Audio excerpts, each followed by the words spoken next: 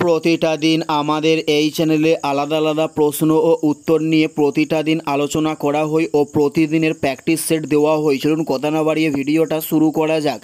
First প্রশ্ন, কোন রঙের দৈর্ঘ্য সবচেয়ে বেশি হয়? উত্তরটি হলো লাল রঙের দৈর্ঘ্য সবচেয়ে বেশি হয়ে থাকে। উত্তরটি হলো লাল রঙের দৈর্ঘ্য সবচেয়ে বেশি হয়ে থাকে।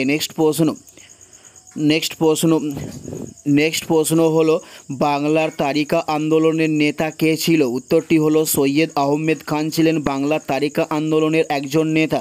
উত্তরটি হলো সৈয়দ আহমেদ খান ছিলেন। নেক্সট প্রশ্ন, ভারতের সর্ববৃহৎ সংস্কৃত রাজ্য কোনটিকে বলা হয়ে থাকে? উত্তরটি হলো রাজস্থান রাজ্যকে ভারতের সর্ববৃহৎ সংস্কৃত রাজ্য বলা হয়ে থাকে।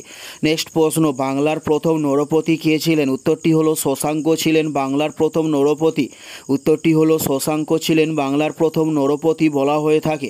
নেক্সট প্রশ্ন হলো রঞ্জিত সিং কোন গোষ্ঠীর নেতা ছিলেন? উত্তরটি হলো সুখারগাছিয়া এই গোষ্ঠীর নেতা ছিলেন রঞ্জিত সিং।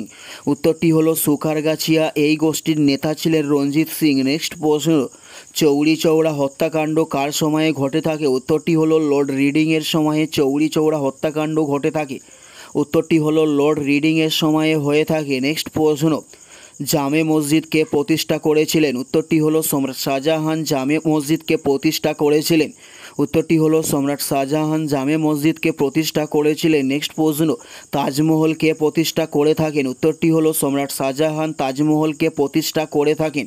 উত্তরটি হলো সম্রাট শাহজাহান তাজমহলকে প্রতিষ্ঠা করে থাকেন। নেক্সট প্রশ্ন, কুতুব মিনার কে প্রতিষ্ঠা করেছিলেন? উত্তরটি হলো কুতুবউদ্দিন আইবক কুতুব মিনারকে প্রতিষ্ঠা করেছিলেন। উত্তরটি হলো কুতুবউদ্দিন আইবক কুতুব মিনারকে প্রতিষ্ঠা করেছিলেন। নেক্সট প্রশ্ন, ভারতের বৃহত্তম উপজাতিকে কি বলা হয়ে থাকে? উত্তরটি হলো ভিল বলা হয়ে থাকে ভারতের বৃহত্তম উপজাতিকে। উত্তরটি হলো ভিল বলা হয়ে থাকে ভারতের বৃহত্তম উপজাতিকে। এটাই ছিল এই ভিডিওর লাস্ট প্রশ্ন। আর কোন ধরনের শিক্ষণীয় ভিডিও আপনারা প্রতিদিন দেখতে চান অবশ্যই কমেন্টে লিখে জানাবেন। পুরো ভিডিওটা দেখার জন্য আপনাদের প্রত্যেককে আমাদের ইউটিউবের পক্ষ থেকে রইল অসংখ্য ধন্যবাদ।